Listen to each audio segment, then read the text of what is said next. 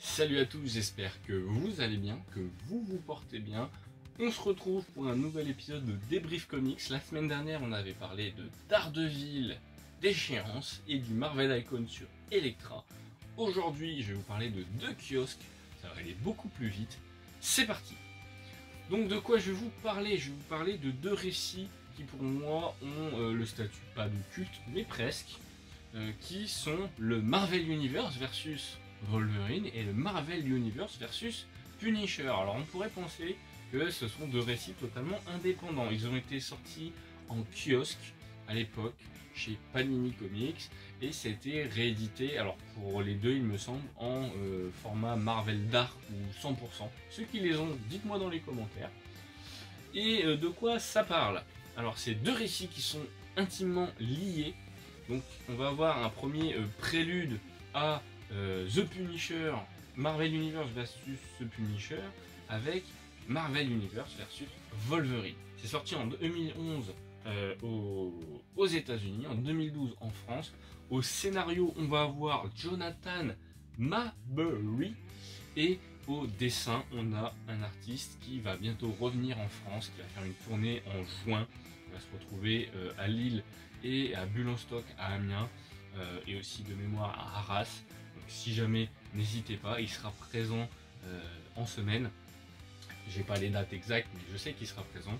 Et on a donc Laurence Campbell au dessin. Et j'ai cherché ce titre exprès pour lui faire signer parce que je voulais déjà le lire depuis longtemps. Et j'ai eu l'occasion de le trouver pour une misère sur Paris Manga pour 1 ou 2 euros pièce. Ce qui est une très bonne affaire, honnêtement. Donc de quoi ça parle? Ça parle d'un virus qui est mystérieux, qui commence tout simplement à contaminer les héros et les civils. En fait ça les transforme en cannibales violents et primitifs. Alors pas de zombies ici, même si on pourrait le penser. Et ça commence en fait avec un cas Spider-Man. Voilà, ça commence avec Spider-Man. Et j'aime beaucoup parce qu'on dirait vraiment le Spider-Man de Sam Raimi au début. Et ça je trouve ça assez incroyable. Laurence Campbell retrace très bien la chose. Et en fait Wolverine va enquêter avec l'aide des 4 Fantastiques pour savoir ce qui se passe. On va croiser plusieurs héros et en fait comment ça commence, c'est que ce cher Spider-Man va se retrouver face au Rhino, il va le combattre, il lui éclate la tronche et il le bouffe. Et donc les gens se disent bah, là il y a un truc qui cloche. Ça va faire que notre cher ami Wolverine Logan va devoir affronter jusqu'à ses frères les X-Men, mais aussi d'autres héros. Il va se retrouver aidé par certains. Il va devoir aller chercher le Punisher. Et oui, voilà.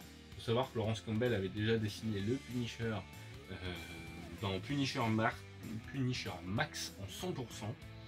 Voilà, je ne vais pas vous raconter toute l'histoire, mais il y a beaucoup de choses qui vont s'y dérouler. Il y a même des meurtres dans tous les sens.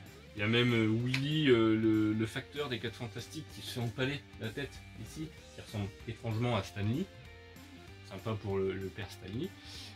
Et voilà, il y a des contaminations qui arrivent, j'ai pas envie de tout vous spoiler, mais il y a Hulk et la Chose notamment qui vont être difficilement battables face à Wolverine.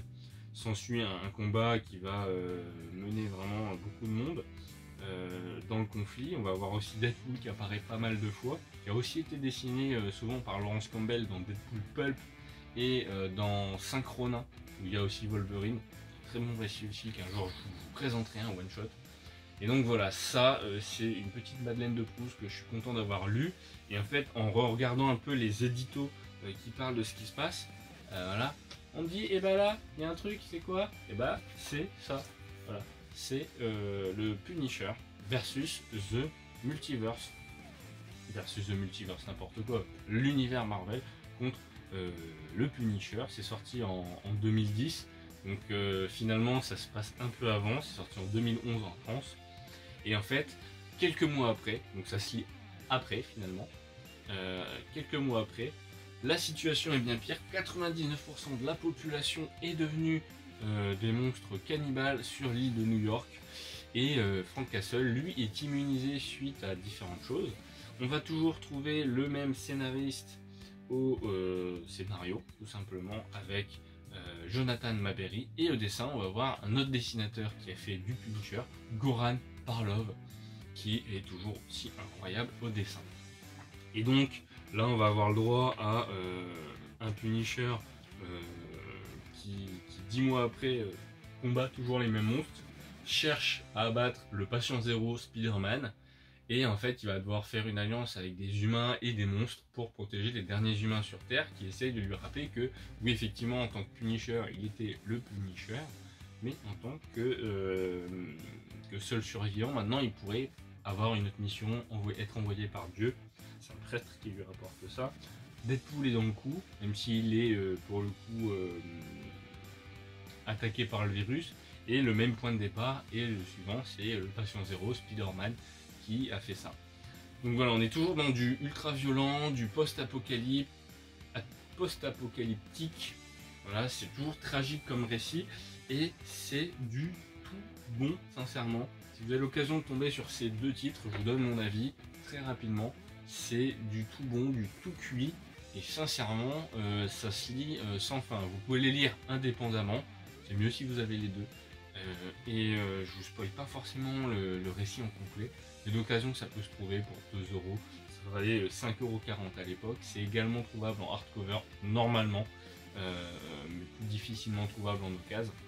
Mais voilà, très sincèrement, ce sont deux récits que j'ai apprécié lire. Donc si jamais ça vous intéresse, lisez ça, c'est du tout bon. Et c'est du ultra bourrin, voilà. C'est pas le récit de l'année, mais ça se lit sans modération.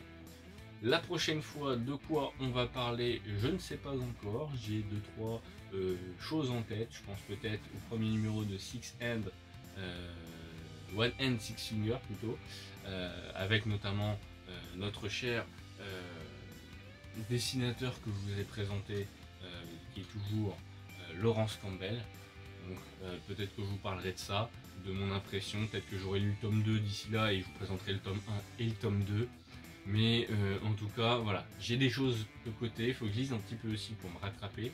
Et j'espère entre deux vous sortir la spéciale Steve Dillon que je prépare. Faut que je relise 2-3 numéros avant de vous la sortir. Peut-être qu'elle sortira un peu en décalé, en indépendante, mais parce qu'elle colle à l'actualité tout simplement. Sur ce, prenez soin de vous, lisez du comics, kiffez, et on parle bientôt de comics ensemble sur la chaîne dans un nouvel épisode de Débrief Comics. Prenez soin de vous, lâchez des pouces en l'air, abonnez-vous, ciao.